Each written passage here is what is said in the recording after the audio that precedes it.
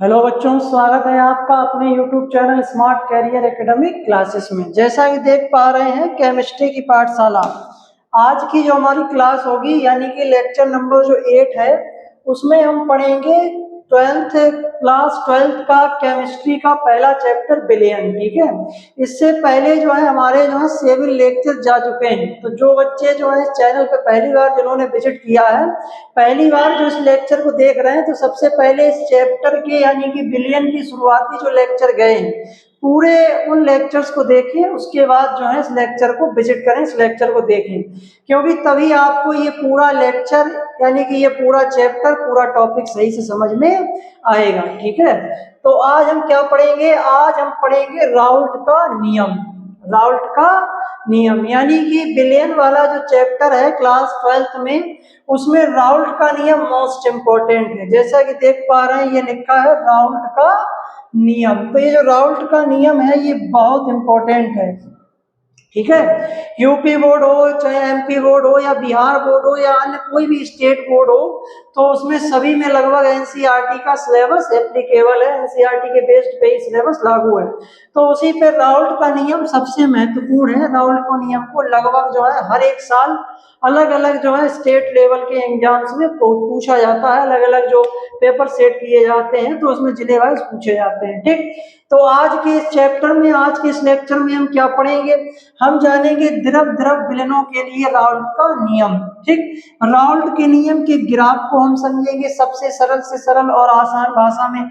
जैसा कि देख पा रहे हैं ये कि राउल्ट के नियम का ग्राफ बना हुआ है, तो इसको सरल से सरल शब्दों में हम समझाने का प्रयास करेंगे, समझेंगे। ठीक है, इससे सरल और कहीं नहीं मिलेगा। दूसरा, राउल्ट के नियम की सीमाएं यानी कि लिमिटेशंस क्या है। राउल्ट का नियम जो है किन परिस्थितियों में लागू नहीं होता है, तो उन बातों को हम जानेंगे। ठीक, चलिए अच्छा जुड़े रहे, वीडियो को पूरा देखें एक बार। ठीक है, लेक्चर नंबर 8 स्टार्ट करते हैं। देखो, कल की जो हमारी क्लास हुई थी, कल की क्लास में हमने बताया था वाष्प दाब यानी कि वेपर प्रेशर को डिस्कस किया था। ठीक है, तो वेपर प्रेशर में हमने लास्ट में बताया था द्रव विलयनों का वाष्प दाब यानी कि मतलब वाष्पशील पदार्थों का वाष्प दाब। और वाष्पशील पदार्थ क्या होते हैं? तो जब किसी विलयन के निर्माण में विलय तथा विलायक दोनों ही द्रवीय अवस्था में हो और प्लस वाष्पशील हो, तो इस प्रकार जो बना विलयन होता है उसे हम क्या कहते हैं? द्रव विलयन कहते हैं।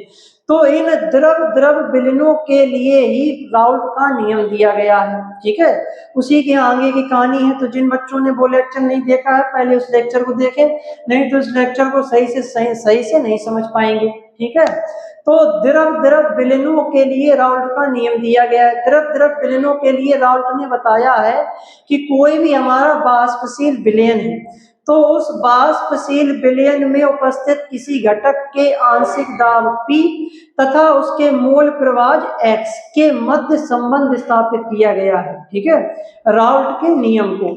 चलिए अच्छा, अब देखते हैं कि राउल्ट का नियम क्या है, राउल्ट का नियम क्या कहता है। देखें क्या कह रहे हैं कि द्रव विलयनों के लिए राउल्ट का नियम, द्रव विलयनों के लिए राउल्ट का नियम। देखें, कह रहे हैं कि एक निश्चित ताप पर किसी वाष्पशील विलयन में उपस्थित किसी घटक का आंशिक दाब, किसी घटक का आंशिक दाब मतलब P, ठीक, उस घटक के मोल प्रवाह यानी कि X, उस घटक के मोल प्रवाह यानी कि X के समानुपाती होता है। कैसा होता है?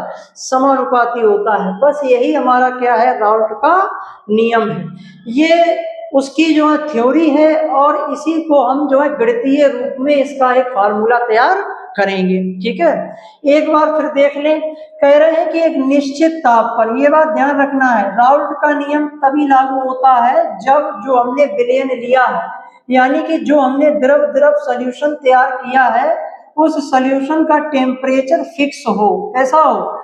फिक्स, यानी कि कांस्टेंट हो टेम्परेचर। ठीक है, टेम्परेचर स्थिर होना चाहिए, ये नहीं कि टेम्परेचर घट रहा है बढ़ रहा है, ऐसा नहीं होना चाहिए। तो कांस्टेंट टेम्परेचर होना चाहिए। किसी वाष्पशील विलयन में उपस्थित किसी घटक यानी कि कोई घटक है, जैसे कोई विलयन हमने बनाया है, तो उसमें माना कि विलय को हम A से रिप्रेजेंट कर रहे हैं, विलायक को हम B से रिप्रेजेंट कर रहे हैं, तो उस बिलियन के कितने घटक हो गए? 2 घटक। तो चाहे हम ए की बात करें या बी की बात करें, ठीक, तो किसी घटक ए या बी, अब हमने 2 घटक मान लिए, हमने ये माना कि जो हमने बिलियन बनाया है वो 2 घटकों से मिलकर बना है, घटक ए तथा घटक बी, ठीक। तो किसी वाष्पशील बिलियन में उपस्थित किसी घटक यानी कि ए या बी का आंशिक दाब यानी कि पी उस घटक के मूल प्रवाह यानी कि एक्स के समानुपाती होता है। ये है राउल्ट के नियम का मतलब जो है थ्योरी, राउल्ट के नियम का सिद्धांत है, ठीक है। अब इस राउल्ट के नियम को हम क्या करते हैं, इस राउल्ट के नियम का हम गणितीय रूप देखते हैं। देखो भाई क्या है, पहले इसका स्क्रीनशॉट ले लें, उसके बाद हम इसका क्या देखते हैं, गणितीय रूप इसका देखते हैं, ठीक है। देखें, चलें अच्छा आगे बढ़ते हैं।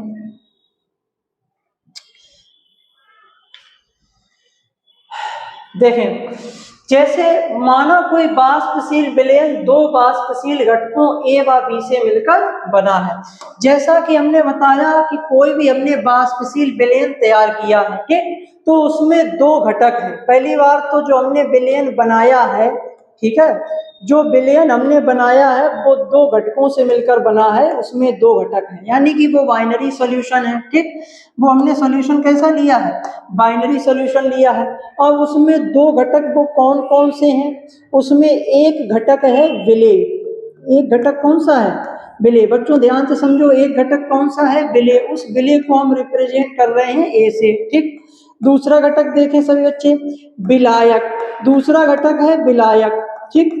विलायक यानी कि सॉल्वेंट को हम रिप्रेजेंट कर रहे हैं बी से, ठीक। तो वही बात इसमें लिखी है कि माना कोई वाष्पशील विलयन 2 वाष्पशील घटकों ए व बी से मिलकर बना है। अच्छा, ये दोनों घटक हमारे वाष्पशील हैं। कैसे हैं, वाष्पशील। वाष्पशील का मतलब ये है कि दोनों ही उड़नशील हैं। जब इनको एक कांस्टेंट टेम्परेचर पर गर्म किया जाएगा तो गर्म करने पर ये वेपर फॉर्म में दोनों ही क्या करेंगे, उड़ेंगे, यानी कि वाष्प के रूप में उड़ने लगेंगे। तो दोनों ही वाष्पशील है, विलेय भी वाष्पशील है, विलायक भी वाष्पशील है, ठीक है। जैसे मान के चलो पानी ले लें, पानी, ठीक है, पानी विलायक की तरह, और उसमें थोड़ा सा हम जो है चीनी डाल दें, ठीक है, या गन्ने का रस डाल दें, तो पानी भी उड़ेगा और चीनी के जो मॉलिक्यूल होंगे एक समय आने पर, एक टेम्परेचर मिलने पे वो भी उड़ेंगे, तो दोनों ही वाष्पशील होंगे, ठीक। तो 2 वाष्पशील घटकों ए व बी से मिलकर बना है, जिनके वाष्प दाब क्रमशः Pa तथा Pb है। यानी कि घटक जो ए है, यहाँ पे हम फिर लिख रहे हैं, जो घटक ए है इसका जो वाष्प दाब है वो है Pa, और जो घटक बी है उसका वाष्प दाब है Pb, ठीक। फिर कह रहे हैं तथा इसका मोल प्रवाह, तथा इन्हीं के जो मोल प्रवाह है, क्या है, मोल प्रवाह, ये तो इसके दाब हो गए। और इसी घटकों का, जैसे एक घटक का जो मोल प्रवाह है उसको हम x से डिनोट करते हैं, मोल प्रवाह को किससे प्रदर्शित करते हैं, x से। और ये किसका है, घटक a का, तो इसलिए x से, ठीक। और घटक b के मोल प्रवाह को इसी प्रकार x b से प्रदर्शित करेंगे, ठीक। यहाँ तक बातें समझ में आ रही होंगी सभी बच्चों के, ठीक। एनी डाउट, कोई प्रकार की समस्या हो तो कमेंट सेक्शन में अवश्य बताएं। फिर कह रहे हैं तब राउल्ट के नियमानुसार, अब यहाँ पे हम लगाएंगे राउल्ट का नियम। क्या लगाएंगे, राउल्ट का नियम। तो ये हमारे यहाँ पे क्या हो गए, 2 घटक हो गए। चलें अच्छा इसको हटाते हैं और फिर हम यहाँ पे थोड़ा राउल्ट का नियम बताते हैं, ठीक। तो देखो भाई, राउल्ट के नियम ने क्या कहा है कि एक निश्चित ताप पर किसी वाष्पशील विलयन के किसी भी घटक का वाष्प दाब उस घटक के मोल प्रवाह के समानुपाती होगा। अब जैसे मान के चलें कि हम जैसे इस वाले घटक की बात करें, ऊपर वाले घटक की, सभी बच्चे ध्यान से देखें, इस वाले घटक की बात कर रहे हैं ए की, ठीक। तो इसका जो आंशिक दाब है वो क्या है, इसका जो आंशिक दाब है वो है Pa, ठीक। और इसका जो मोल प्रवाह क्या है वो क्या है, XA। तो इसको XA को हमने यहाँ लिख दिया। और नियम लगाएंगे तो नियम क्या कहा था, नियम कह रहा है कि किसी घटक का आंशिक दाब उस घटक के मोल प्रवाह के समानुपाती होगा।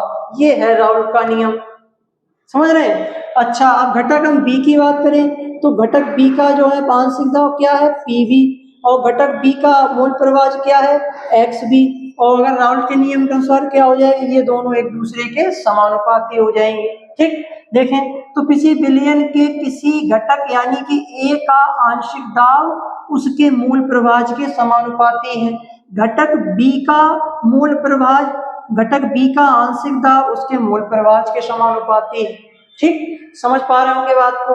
अब देखो, अब हम यहाँ पर क्या करेंगे, अब यहाँ पर हम एक काम करेंगे कि यहाँ पर ये समानुपाती का चिन्ह हटाएंगे। ठीक, तो यहाँ पे PA है, समानुपाती के चिन्ह हटा के यहाँ पे बराबर लगाएंगे। ठीक, बराबर लगाएंगे तो यहाँ पर एक कांस्टेंट लेके आएंगे स्थिरांक, वो स्थिरांक हम यहाँ पे लेके आएंगे PA नॉट। PA नॉट क्या होता है अभी बताएंगे, ठीक है, इंटू XA।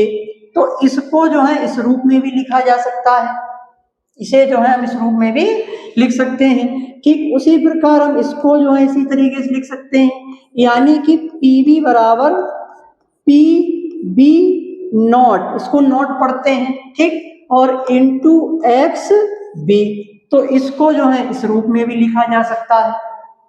ठीक, समझ पा रहे होंगे इस बात को। तो इस तरीके से हमने यहाँ पे क्या किया कि यहाँ पे हमने ये समानुपाती का चिन्ह हटाया, बराबर का चिन्ह लगाया, और जब बराबर का चिन्ह लगाएंगे तो यहाँ पर एक कांस्टेंट लेके आएंगे, स्थिरांक लेके आएंगे। अब हमें ये जानना है कि सर ये बताइए कि ये PA नॉट और ये PB नॉट क्या है। ठीक है, ये तो हमें मालूम है कि ये घटक A का आंशिक दाब है। ठीक, और ये घटक A का मूल प्रभाज है, उसी प्रकार ये घटक B का आंशिक दाब है, ये घटक B का मूल प्रभाज है। तो सर आपने ये जो लगा दिया है PA नॉट और PB नॉट, ये क्या है? तो इसको लिखें, जहां जो PA नॉट, ठीक है, और PB नॉट, ये दोनों क्या हैं, घटक A और B के शुद्ध अवस्था में वाष्प दाब है। ठीक है, तो घटक A के शुद्ध अवस्था में, घटक A के शुद्ध अवस्था में वाष्प दाब, ये शुद्ध अवस्था में वाष्प दाब है। ठीक है, अभी नहीं समझे बात को, नो डाउट अभी समझाते हैं, ऐसा हो ही नहीं सकता है कि हम समझाएं और समझ में ना आए। B के शुद्ध अवस्था में वाष्प दाब, शुद्ध अवस्था में वाष्प दाब, यानी कि घटक A का, या K की जगह यहाँ पे K कर लें, देखें चले, अच्छा यहाँ पे जैसे मान के चले, ठीक है, ये तो घटक A का शुद्ध अवस्था में वाष्प दाब और घटक B का शुद्ध अवस्था में वाष्प दाब। अच्छा, वाष्प दाब का मतलब वही जो कल के लेक्चर में हमने बताया कि वाष्प दाब क्या होता है। ठीक है, किसी घटक के वाष्पित अणुओं के द्वारा द्रव की सतह पर डाला गया दाब ही वाष्प दाब कहलाता है। तो शुद्ध अवस्था में वाष्प दाब कहने का मतलब क्या है? शुद्ध अवस्था में कहने का मतलब ये है कि जैसे हमने कहा कि जो हमने विलय A लिया है वो भी द्रवीय अवस्था में है, विलायक B लिया है वो भी द्रवीय अवस्था में है। अब जैसे यहाँ पर हम इसमें ले लें, दो पात्र लें और इसमें जो है A को ले लें, इसमें B को ले लें। ठीक, फिर इन दोनों को हम मिला दें एक बड़े से पात्र में। ठीक, इन दोनों को मिला दें A प्लस B, तो ये अपनी शुद्ध अवस्था में E है और यहाँ पर विलायक अपनी शुद्ध अवस्था में है। जब विलय A अपनी शुद्ध अवस्था में है तो इसका वाष्प दाब अलग है, जब विलायक B अपनी शुद्ध अवस्था में है तो इसका अपना एक खुद का वाष्प दाब है। फिर जब इन दोनों को मिला दिया तो यहाँ पे क्या बन गया? विलयन बन गया। तो विलयन के वाष्प दाब जो है वो कुछ चेंज आएगी दोनों में, हालांकि उसमें राउल्ट का नियम लगेगा। ठीक है, तो राउल्ट का नियम यहाँ पे लागू होगा। तो यहाँ पर जो इनके सेपरेट वाष्प दाब है, जो इनके शुद्ध अवस्था में शुद्ध विलायक रूप में जो वाष्प दाब है, उन्हीं को हम PA नॉट और PB नॉट से प्रदर्शित कर रहे हैं। ठीक है, इस बात को ध्यान रखें। ठीक, तो ये हमारा हो गया क्या है? राउल्ट का नियम। अच्छा, अब अगर हमसे पूछे कि सर जो है कुल विलयन का वाष्प दाब क्या होगा, कुल विलयन का वाष्प दाब क्या होगा, तो देखें भाई कुल विलयन का वाष्प दाब क्या होगा। कुल विलयन के वाष्प दाब के लिए थोड़ा स्लाइड हम आगे चेंज करें। देखें, कुल विलयन का जैसे हमें यहाँ पे वाष्प दाब निकालना है। ठीक है, लेकिन बात वही है, चले अच्छा यहाँ पे बताए दे रहे हैं। ठीक है, कुल विलयन का जैसे यहाँ पे हमें क्या बताना है? वाष्प दाब, कुल विलयन का वाष्प दाब। ठीक है, अभी तो हमने जो है और कुल विलयन का वाष्प दाब निकालेंगे तो हम क्या कहेंगे? P टोटल, P टोटल कह सकते हैं या केवल जो है पी लिख सकते हैं, ठीक है। तो कुल बिलियन का जो वाष्प दाब हम निकालेंगे, ठीक है, एक बार इसका स्क्रीनशॉट ले लें, उसके बाद ये हटा दें, ठीक, फिर हम लिखें सही से। चलें, अच्छा देखें, तो कुल बिलियन की जब हम वाष्प दाब की बात करेंगे, देखो यहाँ पे लिखे ले रहा है, देखो कुल बिलियन का जैसे यहाँ पे हम क्या करेंगे, वाष्प दाब, यानी कि पी टोटल की जब हम बात करेंगे, किसकी बात करेंगे, पी टोटल की, तो पी टोटल बराबर क्या होगा, खुद आप पता पा रहे हो भाई, बिलियन का वाष्प दाब जो होगा वो इन दोनों घटकों के वाष्प दाब के योगफल के बराबर ही तो होगा, ठीक है। यानी कि हम कहेंगे कि पी बराबर P A plus P B, यही तो होगा भाई। बिलियन में जो कुल वाष्प दाब लग रहा है, बिलियन में कुल वाष्प दाब लग रहा है, वो पी ए और पी बी दोनों के योगफल के बराबर होगा, ठीक। तो ये जो है बिलियन का कुल वाष्प दाब हो गया। अच्छा, इसको ऐसे भी लिख सकते हैं, इस रूप में, इस रूप में भी इसको लिखा जा सकता है, ठीक। तो इसको ऐसे करके लिखेंगे कि P A nought into X A plus P B nought into X B, ठीक। तो इसको इस रूप में भी लिखा जा सकता है। अच्छा, यही हमारा क्या है, यही हमारा राउल्ट के नियम का गणितीय रूप है, यही हमारे राउल्ट के नियम का गणितीय रूप है, इसको ध्यान रखें। अब ये कैसे आया निकल के, तो वो यहाँ से ऐसे ऐसे निकल के आया, समझ पा रहे होंगे बात को, ठीक। एक बार फिर इसको समझा देते हैं। देखो जैसे क्या है कि राउल्ट के नियम ने क्या बताया कि कोई वाष्पशील विलयन है, उसमें घटक ए है, तो घटक ए का वाष्प दाब, कोई जैसे विलयन है वाष्पशील, तो वो दो घटकों से मिलकर बना है, घटक ए तथा घटक बी, ठीक। तो बाइनरी सॉल्यूशन लिया है। अब उसमें घटक ए का जो आंशिक दाब होगा वो उस घटक के मूल प्रवाह के समानुपाती होगा, ठीक। ये हो गया उसका गणितीय रूप। फिर घटक बी की अगर बात करते हैं तो घटक बी का आंशिक दाब उसके मूल प्रवाह के समानुपाती होगा, ठीक। अच्छा, इनको हम इस रूप में भी लिख सकते हैं, कैसे, समानुपाती का चिन्ह हटाएंगे तो बराबर लगाएंगे, और बराबर लगाएंगे तो एक कांस्टेंट लेके आएंगे, तो कांस्टेंट हम यहाँ लेके आए हैं पी ए नॉट और पी बी नॉट। अच्छा, पी ए नॉट और पी बी नॉट क्या है, तो ये घटक ए तथा बी के शुद्ध अवस्था में अपने अपने क्या है, वाष्प दाब है, ठीक है। फिर हमने क्या किया, फिर हमने पता किया कि बिलियन यानी कि कुल बिलियन का कुल वाष्प दाब क्या है, या बिलियन का कुल वाष्प दाब क्या है, पी टोटल क्या है। तो पी टोटल कैसे निकल जाएगा, इन दोनों का योग, इन दोनों घटकों के वाष्प दाब का योग, तो P बराबर P A plus P B हो जाएगा, या इसको ऐसे लिख सकते हैं P बराबर P A nought into X A plus P B nought into X B, ठीक। तो यही हमारा क्या है, यही हमारे राउल्ट के नियम का गणितीय रूप है। राउल्ट के नियम से संबंधित जो आंकिक प्रश्न, न्यूमेरिकल क्वेश्चन आते हैं, हालांकि राउल्ट के इस नियम से संबंधित कम क्वेश्चन आते हैं। अच्छा, एक बात हम और बता देना चाहेंगे बच्चों को, राउल्ट के दो नियम, ठीक है, सेम नाम से हैं, और दोनों नियम जब आपसे पूछे जाएंगे बोर्ड पेपर में या आपके जब स्कूल में पेपर होते हैं तो उसमें पूछा जाएगा। जैसे ये द्रव विलीनों के लिए जो है राउल्ट का नियम है, एक है उन वाष्प में जब अवनमन होता है, ठीक है। आगे जब हम आगे लेक्चर और लेके आएंगे इसी टॉपिक को, इसी चैप्टर को आगे कंटिन्यू करेंगे, तो उसमें राउल्ट का नियम और पढ़ेंगे, जिसमें हम देखेंगे कि इसी विलयन में कोई तीसरा घटक लाके डाल दे तो इसके वाष्प दाब पे क्या इफेक्ट पड़ेगा, तब हम देखेंगे कि राउल्ट का नियम क्या है, राउल्ट का नियम में क्या परिवर्तन आ रहा है, तो एक दूसरा राउल्ट का नियम आएगा, ठीक। तो ये ध्यान रखें, ये हमने क्या कहा, द्रव विलयनों के लिए राउल्ट का नियम है, इस बात को ध्यान रखना। राउल्ट के नियम दो दिए गए हैं, ठीक। तो हमने पहला वाला पढ़ रहे हैं, दूसरा वाला भी पढ़ेंगे इसी लेक्चर को आगे, मतलब क्लास को कंटिन्यू करेंगे, ठीक। तो ये हमारा गणितीय रूप हो गया। चलिए आगे बढ़ते हैं, ठीक। तो यही हमने बताया, इसी का जो गणितीय रूप था वो हमने उसको बता दिया है, ठीक। चलें, अच्छा अब हम आगे बढ़ते हैं।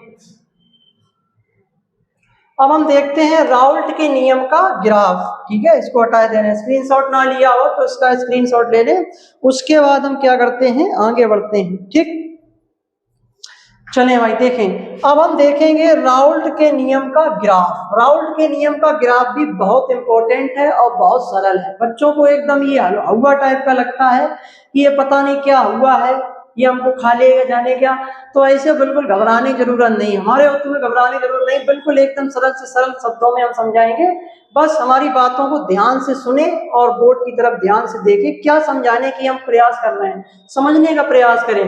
अदरवाइज हमारे द्वारा समझाया गया कोई भी बच्चा हो, बच्चा 6, 7, 8 के बच्चे को भी लाके बैठा दो, अगर वो भी मन लगा के पढ़ रहा है एकाग्र मन करके, तो उसको हमारी बातें आसानी से समझ में आ जाएंगी। ठीक, चलिए अच्छा देखें राउल्ट के नियम का ग्राफ। देखो जब राउल्ट के नियम को ध्यान में रखते हुए हम किसी वाष्पशील विलयन के घटक के आंशिक दाब P व मूल प्रवाह X के मध्य रेखा खींचते हैं या एक ग्राफ खींचते हैं, तो हमें निम्न ग्राफ प्राप्त होता है। देखते हैं भाई हमें कि क्या ग्राफ प्राप्त होता है। देखें तो इस ग्राफ को हम बनाने चल रहे हैं। देखो हम इसके लिए एक ग्राफ खींचेंगे। ठीक, ये हमने क्या किया, एक ग्राफ जो है इसके लिए खींच लिया।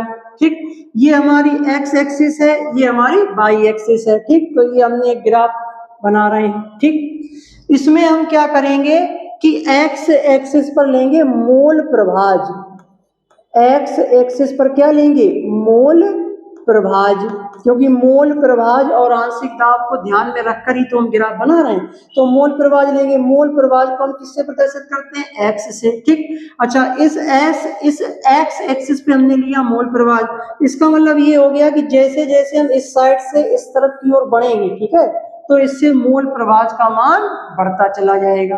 ठीक, पहले बात तो ये ध्यान रखें। तो एक्स एक्सिस पर हमने लिया मोल प्रभाज, जिसको हम एक्स से प्रदर्शित कर रहे हैं, और जैसे जैसे हम इस साइड से इस तरफ की ओर बढ़ेंगे वैसे वैसे इसका मान बढ़ता चला जाएगा, मोल प्रभाज इस तरफ जाने पर बढ़ेगा।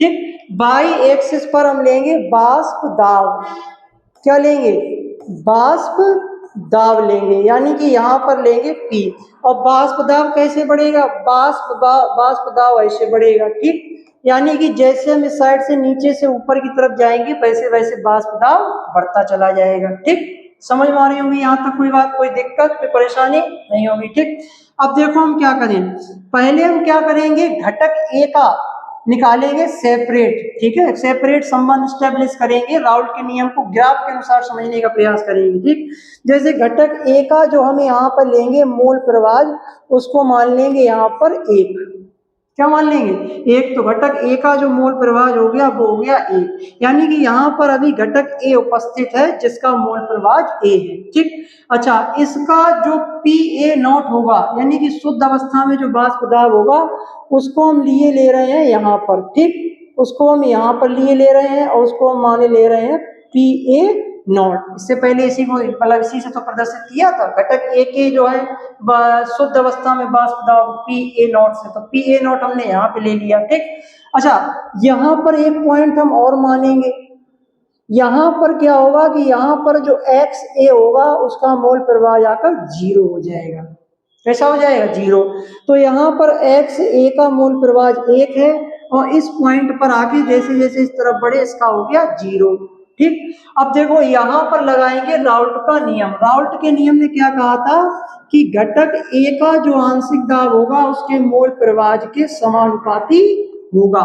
इसका मतलब समझ पा रहे हैं, और सरल समझाएं। देखो समानुपाती मतलब ये हो गया कि अगर Pa बढ़ेगा तो इसका मतलब ये है कि XA भी बढ़ेगा, और अगर Pa यानी कि आंशिक दाब घटेगा तो इसका मतलब ये है कि XA भी घटेगा।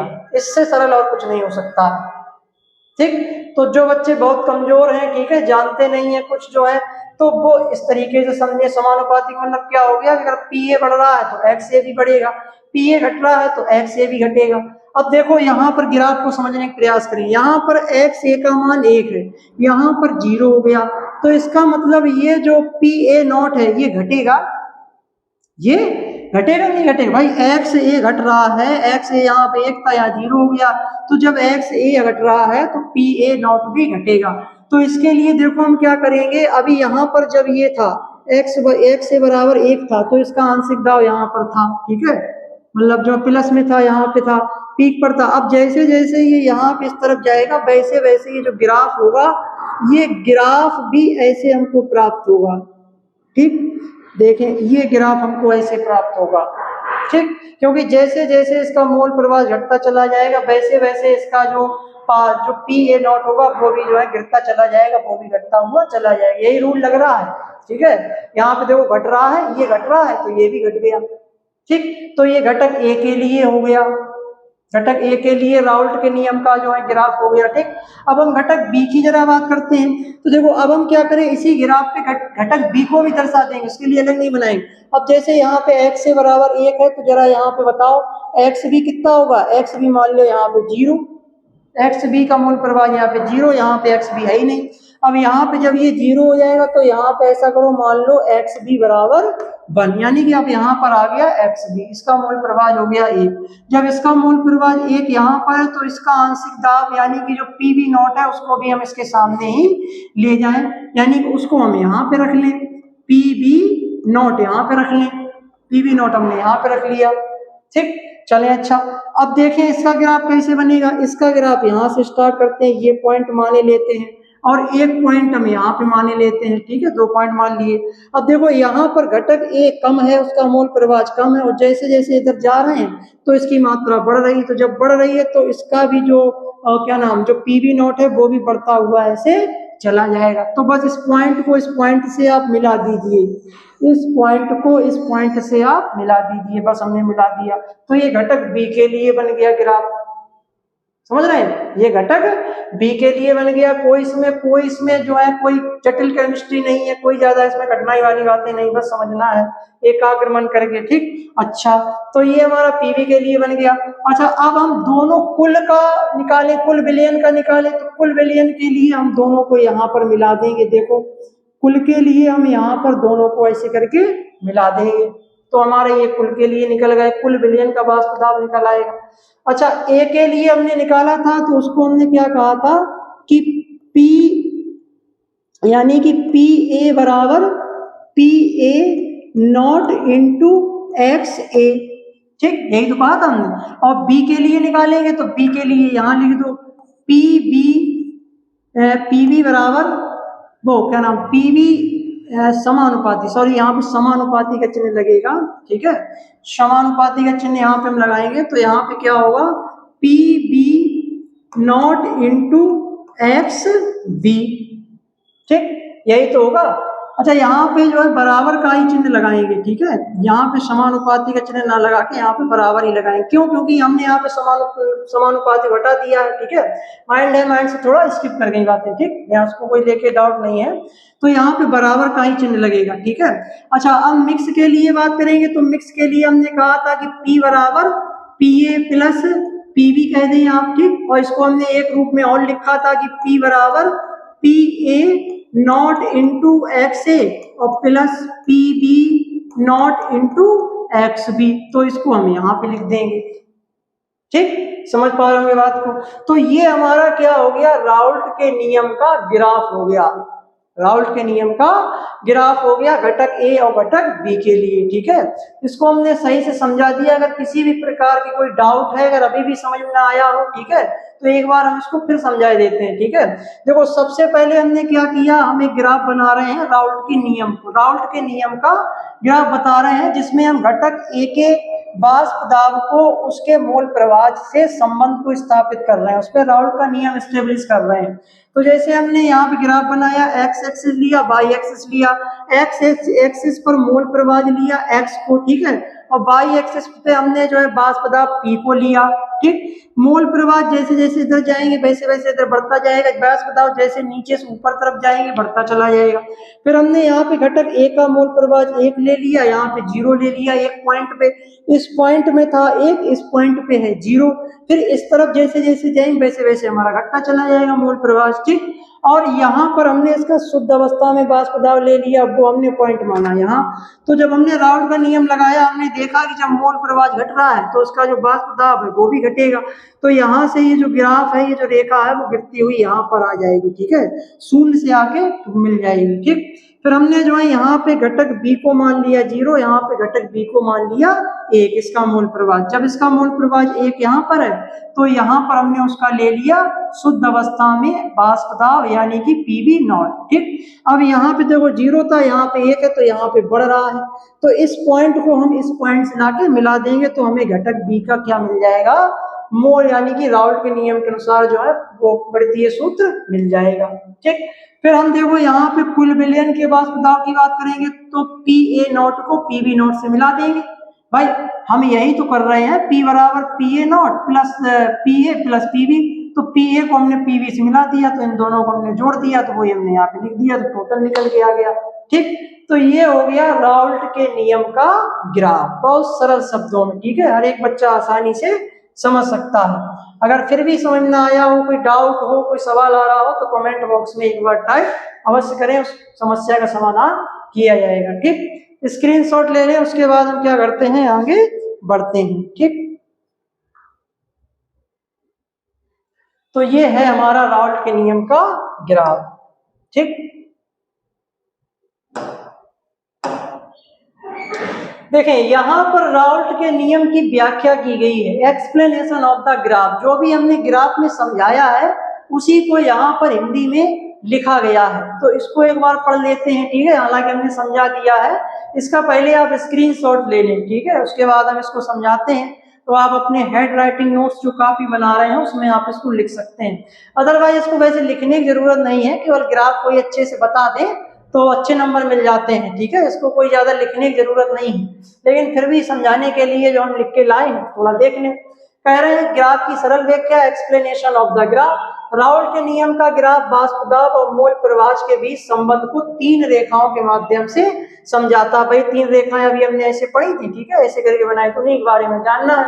तो रेखा ए, बी और 3। ठीक है, देखें एक्स अक्ष नीचे की लाइन, यानी कि जो नीचे की लाइन है, ठीक है, एक्स अक्ष बनाया था, यहाँ मोल प्रवाह को दिखाया जाता है। बाईं तरफ शुद्ध घटक ए यानी कि एक्स ए बराबर 0 होता है, और दाईं तरफ शुद्ध घटक बी एक्स बी बराबर 1 होता है। ठीक है, जैसे यहाँ पे भी ग्राफ में हमने एक्स ए बराबर 1 लिया था, और यहाँ पे एक्स बी बराबर हमने 1 यहाँ पे लिया था। ठीक, तो उस बात को यहाँ पे लिखा गया है। ठीक, अच्छा बाई अक्ष देखें, खड़ी लाइन जो ऐसी ऐसी खड़ी लाइन है। ठीक, यहाँ वाष्प दाब को दिखाया जाता है, यहाँ वाष्प दाब को दिखाया जाता है। घटक 3 को देखें, घटक एक ही रेखा। ठीक, घटक एक ही रेखा देखें, घटती हुई रेखा, ऐसी रेखा अभी हमने बनाई थी। तो जैसे जैसे हम दाईं ओर जाते हैं एक ही मात्रा कम होती जाती है, यानी कि जैसे जैसे आप इस तरफ बढ़ते चले जाएंगे एक ही मात्रा घट रही है। मोल प्रवाह घट रहा है, इसका मतलब मोलों की संख्या घट रही है, मोलों की संख्या घट रही है, इसका मतलब जो है वो उसका जो घटक है उसकी मात्रा घट रही है। तो वही लिखा गया, एक ही मात्रा कम होती जाती है, इसीलिए ए का वाष्प दाब पी ए नॉट से घटकर 0 हो जाता है। पी ए नॉट घटकर कैसे हो जाता है, 0 हो जाता है। ग्राफ जो थी वो मिला दी थी। ठीक, चलें अच्छा देखें, अच्छा घटक बी की रेखा देखें, बढ़ती हुई रेखा, जैसे जैसे हम दाईं ओर जाते हैं। ठीक है, अब हम बी रेखा की बात करते हैं, जो हम रेखा ऐसे करके लेके गए थे। ठीक है, तो बाईं ओर जब हम जैसे जैसे दाईं ओर जाते हैं बी की मात्रा लगातार बढ़ती जाती है, इसीलिए बी का वाष्प दाब पी बी 0 से बढ़कर जो है कहाँ तक पहुंच जाता है, अपने पीक तक पहुंच जाता है, उस पॉइंट पे जाके मिल जाता है। तो जो भी हमने ग्राफ समझाया है उसी को यहाँ पर एक्सप्लेनेशन करके अच्छे से लिखा गया है। ठीक है, चलें अच्छा अब आगे बढ़ते हैं। अब कह रहे हैं राउल्ट के नियम की सीमाएं। राउल्ट का नियम जब भी पूछा जाएगा यही पूछा जाएगा कि द्रव द्रव विलयनों के लिए राउल्ट के नियम को बताइए या समझाइए। ठीक है, या उसका गणितीय स्वरूप जो है समझाइए। तो राउल्ट का नियम क्या है ये लिख देना है। राउल्ट के नियम के लिए गणितीय जो है सूत्र कैसे निकाला वो लिख देना है। ठीक, उसके बाद राउल्ट के नियम का ग्राफ, राउल्ट के नियम का ग्राफ जो है जैसे कभी कभार अति लघु पूछ देते हैं या लघु पूछ देते हैं, तो केवल आप उसका ग्राफ बना दें। अगर लिखना चाहें तो थोड़ा बहुत बच्चे उसमें लिख भी सकते हैं, नहीं तो ग्राफ अगर सही से बना दिया है तो भी अच्छे नंबर मिल जाते हैं। ठीक है, कोई इसमें दिक्कत वाली बात नहीं। उसके बाद राउल्ट के नियम की सीमाएं पूछ देते हैं। जब टोटल ये पूछेंगे तो वो क्वेश्चन लॉन्ग में बनेगा, दीर्घ में बनेगा। अदरवाइज इसको तोड़ तोड़ कर अति लघु लघु में पूछा जा सकता है, जैसे सीमाओं को पूछ सकते हैं अति लघु में। ठीक, तो अब हम देखेंगे राउल्ट के नियम की सीमाएं। सीमाओं मतलब ये है कि किन परिस्थितियों पे राउल्ट का नियम लागू होता है, वो कौन सी परिस्थितियां हैं जिन पे लागू नहीं होगा और किन पे लागू होगा। देखें, कह रहे हैं कि निम्न परिस्थितियों पर ही राउल्ट का नियम लागू होता है। देखें भाई क्या कह रहे हैं, यह नियम अति तनु विलयनों यानी कि डाइल्यूट सॉल्यूशंस पर ही लागू होता है, क्योंकि सांद्र विलयनों में आकर्षण बल अधिक होने से वाष्प दाब में कमी आ जाती है। ठीक, तो देखो राउल्ट का ये जो नियम है वो अति तनु विलयनों पर ही लागू होता है, डाइल्यूट सॉल्यूशंस पे। क्यों भाई, सांद्र विलयनों में क्यों लागू नहीं होता है? क्यों? क्योंकि सांद्र विलयनों में आकर्षण बल हो जाता है अधिक, अणुओं के मध्य आकर्षण बल अधिक हो जाएगा। सांद्र विलयन होगा तो अणुओं की संख्या बढ़ेगी, अणुओं की संख्या बढ़ेगी तो अणु पास पास आ जाएंगे, अणु जब पास पास आ जाएंगे तो उनके मध्य जो टक्कर हो रही है वो टक्कर कम हो जाएगी, टक्कर कम होने से गतिज ऊर्जा घटेगी, गतिज ऊर्जा घटेगी, वेग घटेगा, वेग घटेगा, वाष्प दाब घट जाएगा, वाष्प दाब घट जाएगा तो राउल्ट का नियम है तो वाष्पशील विलयनों के लिए जब वो विलयन वाष्पशील रहेगा ही नहीं तो उस पर राउल्ट का नियम कहां से लगाओगे भाई, उस पर राउल्ट का नियम लगेगा ही नहीं। समझ पा रहे हैं? तो जैसे जैसे सांद्रता बढ़ती चली जाएगी वैसे वैसे जो है राउल्ट का नियम वहां पे लागू नहीं होगा। राउल्ट का नियम जो है अति तनु विलयनों पर ही लागू होता है। ठीक है, तो जो बात हमने बताई है वही बात यहाँ पे अच्छे से हमने टाइप करके लिख रखी है। ठीक, अच्छा दूसरा क्या कह रहे हैं, दूसरा समझिए वही पॉइंट, यह नियम केवल आदर्श विलयनों पर ही लागू होता है। किस पर लागू होता है? आदर्श विलयन। अब बच्चों के मन में क्वेश्चन है सर ये आदर्श विलयन क्या होता है? तो आदर्श विलयन को अभी आप ऐसे समझ लें कि वे सभी विलयन जो राउल्ट के नियम का पालन करते हैं आदर्श विलयन कहलाते हैं, आइडियल सॉल्यूशन कहलाते हैं। इसके लिए हमारी नेक्स्ट क्लास आएगी, लेक्चर 9 आएगा, तो उसमें हम आदर्श और अनादर्श विलयनों के बारे में सही से डिटेल में डिस्कस करेंगे, अपनी वही जो है सरल से सरल एकदम देसी अंदाज में। ठीक है, सरल से सरल अंदाज में। ठीक, तो इतना ध्यान रखें कि वे सभी विलयन जिन पे राउल्ट का नियम लागू हो जाए वे आदर्श विलयन कहलाते हैं, उन्हीं पे ये राउल्ट का नियम लागू होता है। ठीक, तो एक पॉइंट ये है। चौथा क्या कह रहे हैं, यह नियम तभी काम करता है जब तापमान स्थिर रहे। तो तापमान कैसा रहे? स्थिर रहे। अच्छा, राउल्ट के नियम को हमने क्या कहा था कि स्थिर ताप पर या एक निश्चित ताप पर, राउल्ट के नियम पहले हमने लिखा था कि एक निश्चित ताप पर। क्यों हमने लिखा था? क्यों? क्योंकि निश्चित होना चाहिए, ताप फिक्स होना चाहिए। ठीक है, ये नहीं तापमान नीचे से बढ़ता चला जा रहा है, घटता चला जा रहा है धीरे धीरे, तो वहां पे राउल्ट के नियम को लागू होने में दिक्कत आएगी। क्यों? जैसे मान के चलो जैसे तापमान हम बढ़ा दें, सपोज करो तापमान बढ़ा दें, कोई विलयन है, वाष्पशील विलयन है, द्रव द्रव विलयन है, और उसमें क्या करें हम तापमान उसका बढ़ा दें, तो तापमान बढ़ाने से मालूम है क्या इफेक्ट पड़ेगा? तापमान अगर बढ़ाएंगे तो वाष्प दाब बढ़ जाएगा, वाष्प दाब बढ़ेगा तो फिर वाष्पन और तेजी से होने लगेगा। तो वाष्पन की दर को ना तो हमें ज्यादा घटाना है ना ज्यादा बढ़ाना है, नॉर्मल रखना है, स्थिर टेम्परेचर रखना है, तभी हमारा राउल्ट का नियम लागू होगा। अदरवाइज हमने टेम्परेचर बढ़ा दिया तो वो तो वैसे भी जो है मतलब वाष्पशील तेजी से होने लगेगा। ठीक है, तो तापमान को हमें फिक्स रखना है। ठीक है, ज्यादा तापमान पर राउल्ट का नियम लागू नहीं होगा, इतना ध्यान रखें। ठीक, अच्छा चौथा पॉइंट क्या है कि विलेय पदार्थ विलायक में घुलकर संगुणित या वियोजित नहीं होना चाहिए। इसका मतलब ये है कि जैसे हमने विलेय पदार्थ जो ए लिया है, जो हमने विलायक में घोला है, तो उसका विलायक में वो घुलकर ऐसा ना हो कि वो अब क्रिया कर जाए, वो विलायक के अणुओं के साथ अब क्रिया कर जाए, कोई मतलब जो है दूसरा यौगिक बना ले, कंपाउंड बना ले, ऐसा नहीं होना चाहिए। वो घुल जाए लेकिन उसमें अलग रहे, सेपरेट रहे। दूसरा, या वियोजित ना हो, वियोजित नहीं होना चाहिए। जैसे हमने HCl सॉल्यूशन को क्या किया, जल में घोला, तो हमने देखा कि जो HCl है, जैसे हमने HCl लिया और HCl को ले जाके हमने जल में घोला, तो HCl जो है H प्लस और Cl माइनस आयनों में टूट गया। तो ये क्या हुआ भाई? टूटा क्यों? टूटना नहीं चाहिए। अगर टूट गया तो फिर राउल्ट का नियम लागू नहीं होगा। ठीक, अर्थात इनकी आणविक अवस्था परिवर्तित नहीं होनी चाहिए, आणविक अवस्था में कोई बदलाव नहीं आना चाहिए। अगर आणविक अवस्था बदल गई तो फिर राउल्ट का नियम फेल हो जाएगा। तो राउल्ट के नियम की यही सीमाएं हैं। राउल्ट का नियम निम्न परिस्थितियों में ही लागू होगा। अगर इन परिस्थितियों को हमने जो है जिस विलयन के लिए हम राउल्ट का नियम एप्लीकेबल कर रहे हैं, लगा रहे हैं, अगर उनमें ये परिस्थितियां सेट कर पा रहे हैं, सेट हो गई, तभी राउल्ट का नियम लागू होगा, अदरवाइज राउल्ट का नियम वहां पे लागू नहीं होगा, फेल हो जाएगा। ठीक, तो ये 4 पॉइंट हैं सीमाओं में, बस यही 4 सीमाएं आती हैं, 4 परिस्थितियां आती हैं। इनको आप सही से समझ लें, इनको एक तरीके से समझ के याद भी कर लें, क्योंकि फाइनली आपको याद ही करना है। लेकिन क्या है, अगर सही से जो है पढ़ के समझ के चीजों को याद करेंगे तो आपका जो है पढ़ाई में मन भी लगेगा। बाई चांस अगर भूल गए तो समझा हुआ है तो अपनी भाषा में जो है बना बना के लिख सकते हैं। ठीक, और अदरवाइज इनको रट के ही गए, रट्टू तोता की तरह समझा है नहीं बिल्कुल, तो ऐसी कंडीशन में 4 में से पता लगे 3 याद किए बहुत से बच्चे हैं और उसमें से एक और भूल गया, परीक्षा के टाइम पे 2 ही रह गए।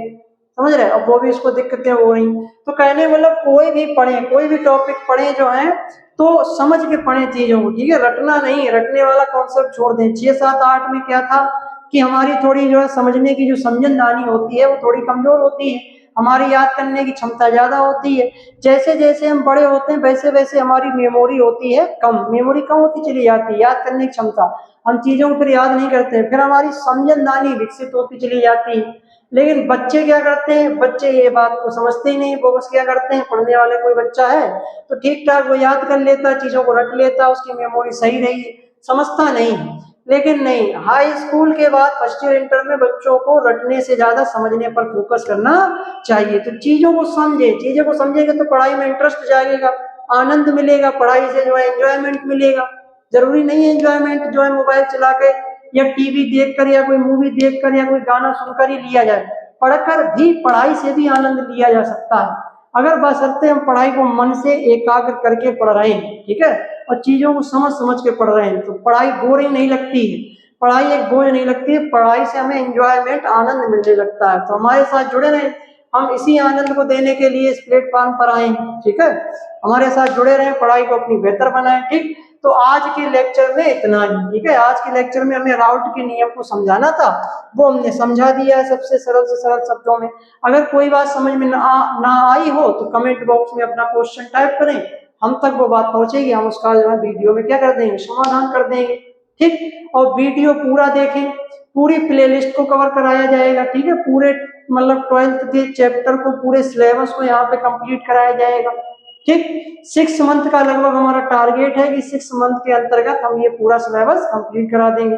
बाई चांस अगर कोई जो है कैजुअलिटी वगैरह आती है या कोई भी समस्याएं आती हैं तो हो सकता है टाइम थोड़ा आगे जो है शिफ्ट हो जाए, अदरवाइज टारगेट हमारा 6 मंथ का है। 6 मंथ में इस पूरे सिलेबस को यूट्यूब पर फ्री जो है कंप्लीट करा दिया जाएगा। बस अपने लेक्चर को डेली देखते रहें, अपने स्वयं मतलब एक हस्तलिखित अपने हाथों से बनाई हुई कॉपी बनाएं, लेक्चर को पहले देखते समय जब आप देख रहे हैं तो उसी समय वीडियो को पॉज करके लिख लें, या बाद में स्क्रीनशॉट ले लें तो अपने बाद में लिख लें, और साथ ही साथ सभी बच्चे क्या करते हैं, रिवाइज भी करते हैं।